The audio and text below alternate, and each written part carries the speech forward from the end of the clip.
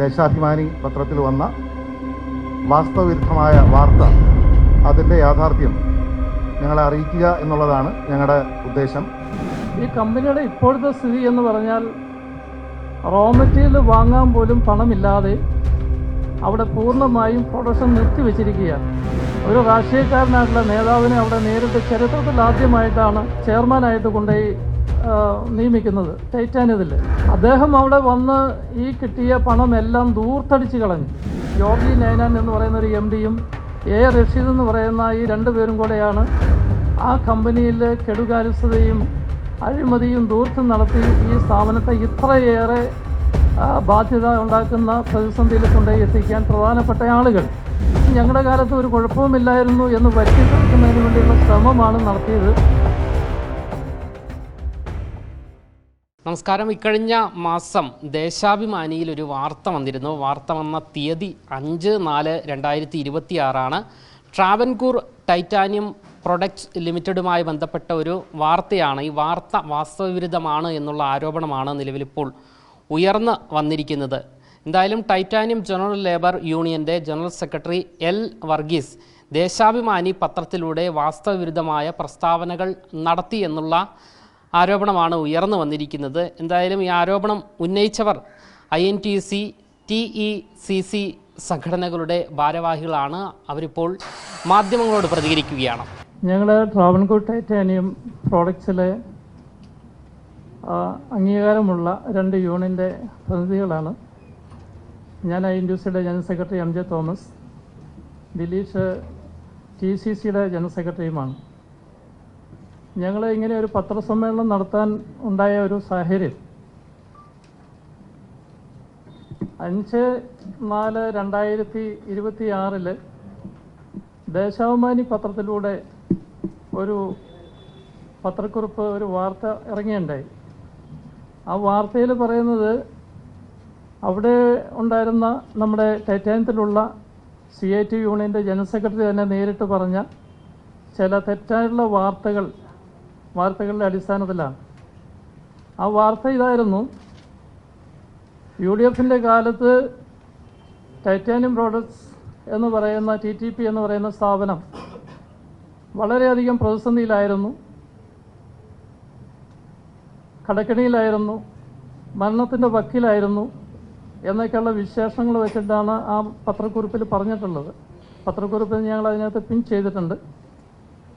അപ്പോൾ ഇത് അവാസ്തവമായിട്ടുള്ള ഒരു കാര്യമാണ് എന്നുള്ളത് കൊണ്ടാണ് ഞങ്ങളത് നിജസ്ഥിതി നമ്മൾ ടൈറ്റാനിയത്തിലെ ജീവനക്കാരെയും പൊതുസമൂഹത്തെയും അറിയിക്കണം എന്നുള്ളത് കൊണ്ടാണ് ഈ പത്രസമ്മേളനം വിളിച്ചത്. നിലവിൽ 10 വർഷത്തെ കാലത്തെ ഒരു ഭരണം കൊണ്ട് ഈ TTP എന്ന് പറയുന്ന സ്ഥാപനം 1946 സ്വാതന്ത്ര്യലബ്ധിക്ക് മുൻപ് രൂപം കൊണ്ട ഒരു സ്ഥാപനമാണ്.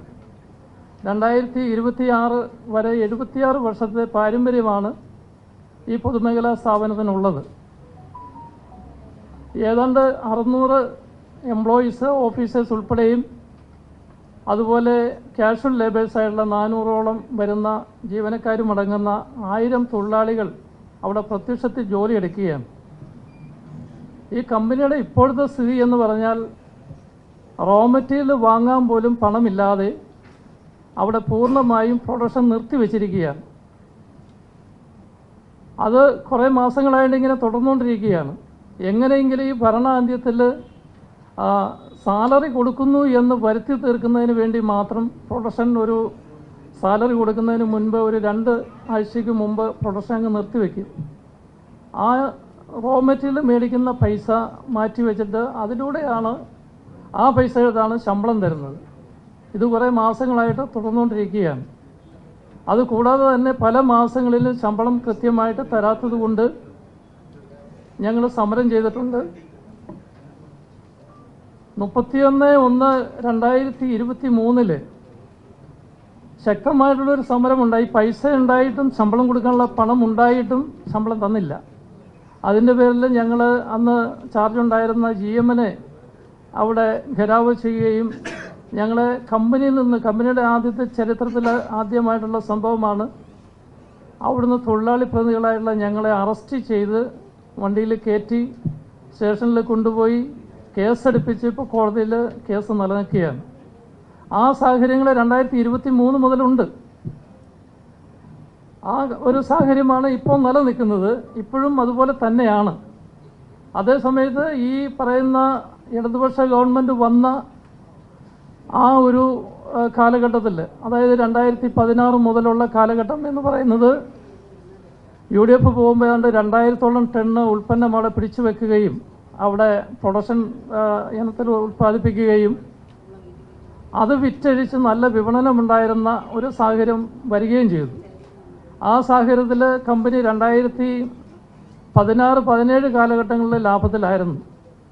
അതിനുശേഷം A.A. റഷീദ് എന്ന് പറയുന്ന ഒരു രാഷ്ട്രീയക്കാരനായിട്ടുള്ള നേതാവിനെ അവിടെ നേരിട്ട് ചരിത്രത്തിൽ ആദ്യമായിട്ടാണ് ചെയർമാനായിട്ട് കൊണ്ടുപോയി നിയമിക്കുന്നത് ടൈറ്റാനിയത്തിൽ.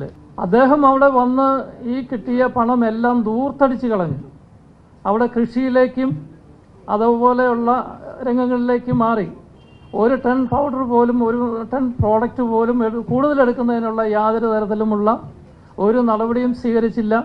തൊഴിലാളികളുടെ യാതൊരു വിധത്തിലുള്ള ആവശ്യങ്ങളും പരിഗണിച്ചില്ല. തൊഴിലാളി യൂണിയൻ പറയുന്ന കാര്യങ്ങൾ അംഗീകരിച്ചില്ല. അങ്ങനെ അവിടെ കൃഷിയിലേക്ക് വ്യാപകമായിട്ട് തിരിയുന്ന ഒരു സാഹചര്യമുണ്ടായി. ഇപ്പോഴും അങ്ങനെ തന്നെയാണ് നടക്കുന്നത്. പ്രൊഡക്ഷൻ ഡിപ്പാർട്ട്മെൻറ്റിൽ ശ്രദ്ധിക്കുന്നില്ല.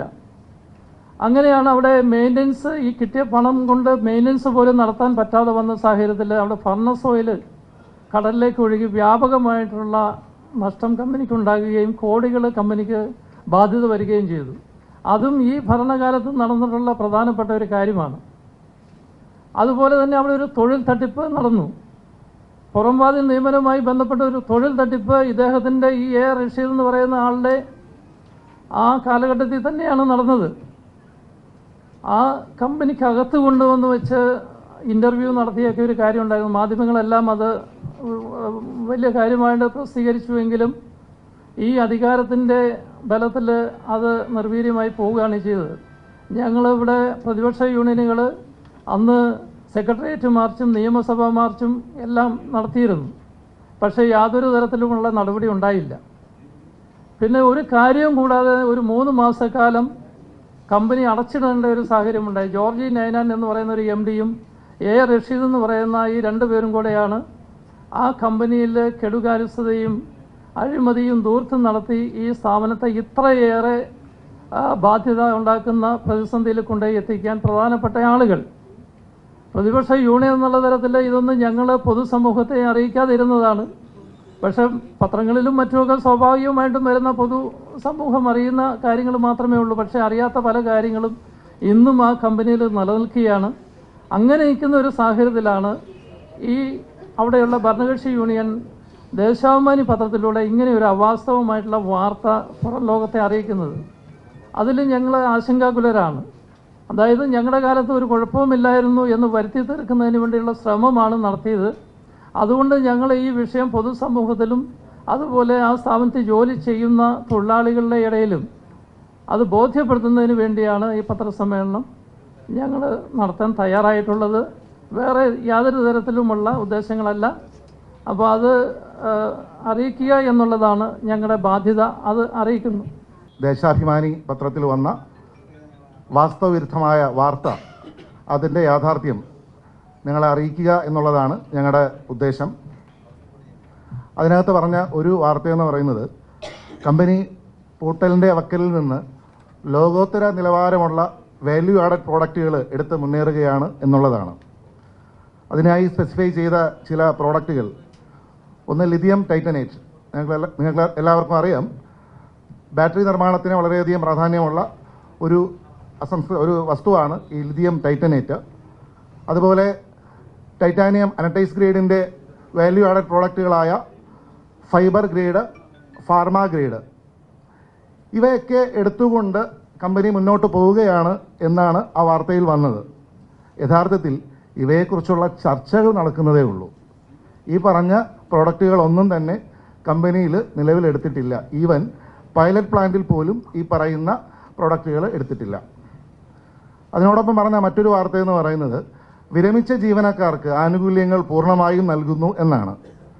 അതിൻ്റെ യാഥാർത്ഥ്യം, വിരമിച്ച ജീവനക്കാർക്ക് അവരുടെ ഗ്രാറ്റുവിറ്റി, ഏറ്റവും സ്റ്റാറ്റ്യൂട്ടറി ആയിട്ട് കൊടുക്കേണ്ട ഗ്രാറ്റുവിറ്റി, അത് അവസാനം കൊടുത്തത് 2025 ഏപ്രിലാണ്. ഇനിയും 19 ജീവനക്കാർക്ക് കൊടുക്കാനുണ്ട്. മറ്റൊരു ആനുകൂല്യമാണ് ലീവ് സാലറി. ലീവ് സാലറി അവസാനമായിട്ട് കൊടുത്തത് 2023 ഏപ്രിൽ മാസത്തിലാണ്. 50 ജീവനക്കാർക്ക് ലീവ് സാലറി കൊടുക്കാനായിട്ടുണ്ട്. ഈ കൊടുത്ത ജീവനക്കാർ തന്നെ ഏകദേശം 20ഓളം ജീവനക്കാർ ഹൈക്കോടതിയിൽ കേസ് ഫയൽ ചെയ്ത് മേടിച്ചവരാണ്. അപ്പോൾ ഇതാണ് വിരമിച്ച ജീവനക്കാർക്ക് കൊടുക്കാനുള്ള ആനുകൂല്യങ്ങളുടെ ലിസ്റ്റ്. ഇനി കമ്പനിയുടെ നിലവിലെ ബാധ്യതയെക്കുറിച്ച് പറയുവാണെങ്കിൽ ഏകദേശം 100 കോടിയിലധികം രൂപയുടെ ലയബിലിറ്റി നിലവിൽ കമ്പനിക്കുണ്ട്. PF തുക ഏകദേശം 20 കോടിയോളം, 20 കോടിയിലധികം രൂപ PF അടയ്ക്കാനായിട്ടുണ്ട്. അതിൽ എംപ്ലോയർ ഷെയർ അടച്ചിട്ട് 20 മാസമായി. എംപ്ലോയി ഷെയർ, എംപ്ലോയീസ് അവരിൽ നിന്ന് കട്ട് ചെയ്ത തുക അടച്ചിട്ട് 10 മാസമായി. അങ്ങനെ 20 കോടിയിലധികം രൂപ PF ഇനത്തിൽ അടയ്ക്കാനായിട്ടുണ്ട്. അതുകൂടാതെ പേ റിവിഷൻ്റെ അരിയർ, നമുക്ക് അവസാനമായിട്ട് പേ റിവിഷൻ നടന്നത് 2012 2012-16 കാലഘട്ടത്തിലെ പേ റിവിഷനാണ് നമുക്ക് നടന്നിരിക്കുന്നത്. 3 ടേമിലെ പേ റിവിഷൻ നടന്നിട്ടില്ല. ഈ പേ റിവിഷൻ്റെ അരിയർ ഇനത്തിൽ 39 കോടി രൂപ കമ്പനി ജീവനക്കാർക്ക് കൊടുക്കാനായിട്ടുണ്ട്. ഇതുകൂടാതെ ഈ സപ്ലയേഴ്സിൻ്റെ ബില്ലിംഗ് ഇനത്തിൽ 8 കോടിയോളം രൂപ പെൻഡിംഗ് ആണ്. പിന്നെ നേരത്തെ പറഞ്ഞ ഈ ഗ്രാറ്റുവിറ്റി അതുപോലെ ലീവ് സാലറി ഇനത്തിൽ 4.5 കോടി രൂപ പെൻഡിംഗ് ഉണ്ട്. ഓടി എടുത്ത തുകയിൽ 30 കോടി രൂപയോളം ഓടി എടുത്തിട്ടുണ്ട്. അതിൽ ബാലൻസായിട്ട് നിൽക്കുന്ന 6.5 കോടിയോളം രൂപയുണ്ട്. ഇതുകൂടാതെ തന്നെ 58 കഴിഞ്ഞ് ജീവനക്കാർ, നമുക്ക് റിട്ടയർമെൻറ്റ് പ്രായം വരുന്നത് 60 58 കഴിഞ്ഞിട്ട് കമ്പനിയുടെ ഫിസിക്കലി ഫിറ്റ് ആണെങ്കിൽ അവർക്ക് 2 വർഷം കൂടെ അനുവദിച്ച് കൊടുക്കുന്നതാണ്. എന്നാൽ ഈ എംപ്ലോയർ ഷെയർ അടയ്ക്കാത്തത് കാരണം അവർക്ക് പെൻഷൻ പോലും മുടങ്ങിക്കിടക്കുന്ന ഒരവസ്ഥയാണ്. ഇപ്പോൾ നിലവിലെ ബാധ്യതകൾ നിങ്ങൾക്ക് വേണമെങ്കിൽ ആൾറെഡി നിങ്ങളുടെ പേപ്പറിനകത്തുണ്ട്. 100 കോടിയോളം രൂപയുടെ ബാധ്യതയും അതുപോലെ തന്നെ വിരമിച്ച ജീവനക്കാരുടെ ആനുകൂല്യങ്ങൾ 23 തൊട്ട് കൊടുക്കാനുള്ള ആനുകൂല്യങ്ങളെല്ലാം പെൻഡിങ്ങിൽ കിടക്കുന്ന ഒരു വല്ലാത്ത അവസ്ഥയിലാണ് ഈ ടൈറ്റാനിയം കമ്പനി മുന്നോട്ട് പോകുന്നത്. അപ്പോൾ അതുകൊണ്ട് തന്നെ ഈ വാർത്ത, ഞങ്ങളുടെ ഉദ്ദേശം ഇത്ര മാത്രമേ ഉള്ളൂ. ദേശാഭിമാനിയിൽ വലിയൊരു വാർത്ത വന്നു. എന്താണ്, കമ്പനി വളരെ പുരോഗതിയിലേക്ക് പോവുകയാണ്, ലോകോത്തര നിലവാരത്തിലേക്ക് പോവുകയാണ്, വലിയ വലിയ പ്രോഡക്റ്റുകൾ ചെയ്യുന്നു. പക്ഷേ അതിൻ്റെ യഥാർത്ഥ അവസ്ഥയെന്ന് പറയുന്നത് ഇതാണ്. അപ്പോൾ ഇതറിയിക്കാൻ വേണ്ടി മാത്രമാണ് ഞങ്ങൾ ഈ 2 പ്രതിപക്ഷ യൂണിയനുകളും സംയുക്തമായിട്ട് ഈ ഒരു പത്രസമ്മേളനം നടത്തിയത്. ഈ വിവരങ്ങളെല്ലാം നിങ്ങൾ മാധ്യമപ്രവർത്തകരാണ്. നേരിട്ട് ഈ സ്ഥാപനവുമായിട്ട് ബന്ധപ്പെട്ട് കഴിഞ്ഞാൽ നിജസ്ഥിതികൾ അറിയാൻ കഴിയും. ഞങ്ങൾക്ക് ബോധ്യപ്പെട്ട യഥാർത്ഥത്തിലുള്ള കാര്യങ്ങൾ ഇതൊന്നും അല്ല ബാധ്യത ഉള്ളത്. എന്നാൽ തന്നെ തൊഴിലാളികളെയും സ്ഥാപനത്തെയും ബാധിക്കുന്ന ചില പ്രത്യേക കാര്യങ്ങൾ മാത്രമാണ് ഇതിനകത്ത് ഉൾപ്പെടുത്തിയിട്ടുള്ളത്. അത് മറ്റു കാര്യങ്ങളൊക്കെ നമ്മുടെ അധികാരപരിധിയിൽ വരുന്നതല്ല. അതുകൊണ്ട് ബഹുമാനപ്പെട്ട മാധ്യമപ്രവർത്തകർ ഇതിൻ്റെ നിജസ്ഥിതി അറിയാനും കൂടി ഒരു ശ്രമം നടത്തണം. ഞങ്ങൾക്ക് ബോധ്യമായ കാര്യങ്ങൾ വെളിപ്പെടുത്തിയിരിക്കുന്നു. അതൊന്നും കൂടെ ബോധ്യപ്പെടുത്തി ഇത് പ്രസിദ്ധീകരിക്കുക എന്നുള്ളതാണ്. ജനങ്ങൾ അറിയുന്നതിന് വേണ്ടി, ഇത് പ്രസിദ്ധീകരണത്തിന് വേണ്ടിയിട്ട് അത് പ്രയോജനപ്പെടുത്തുകയും പൊതുജനങ്ങളുടെ മധ്യേ അതൊന്ന് ചൂണ്ടിക്കാണിക്കുകയും ചെയ്താൽ ഒരു പൊതുമേഖലാ സ്ഥാപനം രക്ഷപ്പെടും. അതാണ് ഞങ്ങളുടെ ഉദ്ദേശം. ഇല്ല, നിർമ്മാണം ആരംഭിച്ചിട്ടില്ല. നമുക്ക് ഭാവിയിൽ നല്ല സ്കോപ്പുള്ള കാര്യങ്ങളാണ്. ഞങ്ങളെടുക്കുന്ന അനറ്റൈസിൽ നിന്ന് മാത്രമേ, സൾഫേറ്റ് റൂട്ടിൽ നിന്ന് എടുക്കുന്ന അനറ്റൈസിൽ നിന്ന് മാത്രമേ ഈ ഫൈബർ ഗ്രേഡും അതുപോലെ ഫാർമ ഗ്രേഡും നമുക്ക് ഉണ്ടാക്കാനായിട്ട് കഴിയുകയുള്ളൂ. ഈ ഇലക്ഷൻ്റെ റിസൾട്ട് വരാൻ പോവുകയാണ്. അതിനിടയിൽ ഞങ്ങളുടെ ഈ വാർത്തകൾ മുങ്ങിപ്പോകരുതെന്നൊരു റിക്വസ്റ്റ് ഉണ്ട്. തീർച്ചയായിട്ടും ഒന്ന് കൊടുക്കണം. കാരണം യാഥാർത്ഥ്യം എന്താണെന്ന് ഒന്ന് അറിയണം. നമുക്ക് തീർച്ചയായിട്ടും കമ്പനിയെ ലിഫ്റ്റ് ചെയ്യാനായിട്ട് സാധിക്കും. ഞങ്ങളെ സംബന്ധിച്ചിടത്തോളം ഞങ്ങൾ 10 വർഷം പ്രതിപക്ഷ യൂണിയൻ ആയിരുന്നിട്ടും എല്ലാ കാര്യത്തിലും ഭരണപക്ഷത്തോടൊപ്പം സഹകരിച്ചാണ് പോയത്. എതിർക്കേണ്ട കാര്യങ്ങൾക്ക് മാത്രമേ ഞങ്ങൾ എതിർത്തിട്ടുള്ളൂ. ഇനിയും അങ്ങനെ തന്നെയാണ്. ഇനി ഈ 4-ാം തീയതി ഞങ്ങൾക്ക് ഭരണം കിട്ടിയാലും അല്ല അവർക്ക് കിട്ടിയാലും ഒരുമിച്ച് പോകാൻ തന്നെയാണ് ഞങ്ങൾ നിൽക്കുന്നത്. പക്ഷേ ഈ എന്താ പറയുക, വാസ്തവ വിരുദ്ധമായിട്ടുള്ള കാര്യങ്ങളല്ല നമ്മളവിടെ പറയേണ്ടത്. വാസ്തവമായിട്ടുള്ള കാര്യങ്ങൾ പറഞ്ഞുകൊണ്ട് തീർച്ചയായിട്ടും നമുക്ക് എല്ലാവർക്കും ഒരുമിച്ച് നിന്നുകൊണ്ട് മുന്നോട്ട് പോകണമെന്ന് ആഗ്രഹിച്ചുകൊണ്ടാണ് ഈ വാർത്ത. ഒന്നും കൂടെ ഇലക്ഷനിടയിൽ ഇത് മുങ്ങിപ്പോകരുത്, ഞങ്ങളെ പരിഗണിക്കണം എന്നും കൂടെ റിക്വസ്റ്റ് ചെയ്യുകയാണ്. ഞങ്ങളുടെ കമ്പനിയെക്കുറിച്ച് ഞങ്ങൾ തന്നെ ഒന്ന് മോശം പറയുന്നത് മോശമല്ലേ? പറയട്ടെ. അപ്പോൾ അങ്ങനെ വെച്ച് ഞങ്ങളൊന്ന് വൈകിച്ചു. എങ്കിലും ഇത് വെച്ചുകൊണ്ട് പല മേഖലകളിലും അവർ ഹൈലൈറ്റ് ചെയ്ത് കാണിക്കുകയാണ്. അപ്പോൾ ഇത് ഞങ്ങൾ തുറന്ന് പറഞ്ഞേ പറ്റൂ. ഇനി അതിന് റൈറ്റ് മറുപടി പറഞ്ഞു തരാം. ഞങ്ങൾ പ്രതീക്ഷിക്കുന്നുണ്ട് 4-ാം തീയതി കഴിയുമ്പോഴേക്കും ഞങ്ങൾ ഭരണത്തിൽ വരുമെന്ന്. അപ്പോൾ തീർച്ചയായിട്ടും ഈ ബാധ്യതകൾ അറിഞ്ഞിരിക്കണം. അല്ലാതെ ഇത്രയും ലാഭവും ഇത്രയും പ്രോഡക്റ്റുകളും വെച്ചുകൊണ്ട് അല്ല ഞങ്ങൾക്ക് കിട്ടുന്നത്. ഒഴിഞ്ഞ ഒരു കമ്പനിയാണ് ഞങ്ങൾക്ക് കിട്ടുന്നത്. കംപ്ലീറ്റ് വാക്വമായിട്ടുള്ളൊരു കമ്പനിയാണ്. അതിൽ സീറോയിൽ നിന്ന് ഞങ്ങൾക്ക് തുടങ്ങണം. അപ്പോൾ തീർച്ചയായിട്ടും ഇത് ഗവൺമെൻറ്റിൻ്റെ ശ്രദ്ധയിലും ഇത് പോകണം. ഈ അവസ്ഥയിൽ നിന്ന് നമുക്ക് ലിഫ്റ്റ് ചെയ്യാൻ പറ്റും. അതിനു വേണ്ടിയിട്ട് തന്നെയാണ് വൈകിയ വേളയിൽ ഞങ്ങളിത് കൊണ്ടുവന്നത്.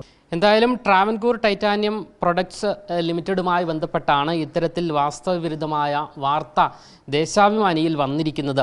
3 ടേമിലെ ജീവനക്കാരുടെ ശമ്പള പരിഷ്കരണം പോലും മുടങ്ങിയിരിക്കുന്ന സാഹചര്യമാണ് ഉള്ളത് എന്നാണ് ഈ യൂണിയനുകളുടെ ഭാരവാഹികൾ നമ്മളോട് വ്യക്തമാക്കുന്നത്. ക്യാമറമാൻ അഖിൽ അശോകിനൊപ്പം അമൽ രുദ്ര, മറുനാടൻ മലയാളി, തിരുവനന്തപുരം.